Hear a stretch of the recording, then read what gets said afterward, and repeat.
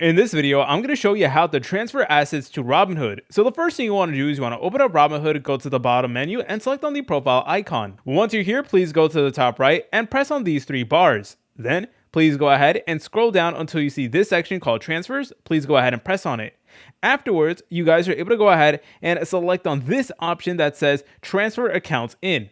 So you actually get a 2% bonus on IRA transfers with gold until April 30th. So that's honestly pretty cool. But you just want to go ahead and select on that. And then from here, you want to select the account you want to transfer the assets into. So let's say we wanted to go ahead and transfer assets into the individual account. Let's go ahead and do that. So press on continue.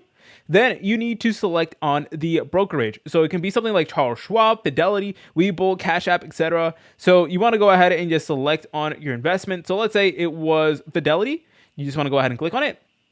Then you want to go ahead and select on continue. So there's two different ways we can do this. So we can automate the transfer, and that will basically securely connect your brokerage to see what's eligible. And then you have to review anything before the transfers, or you guys can transfer manually instead. This is 100% up to you, but let's just go ahead and do it and press on continue. So you're going to use Plaid to connect your other brokerage to Robinhood. So you will need to enter in your phone number associated with the brokerage, and then you may need to go ahead and do some verification. But from there, you should be good to go. And then it is going to ask you to confirm one more time if you want to go ahead and actually transfer the assets from, let's say, Fidelity to Robinhood. And you need to select on what asset you want to transfer and how much of that asset, because that all does make a difference. If you guys found this video helpful, please make sure to leave a like and subscribe. I'll see you in the next video.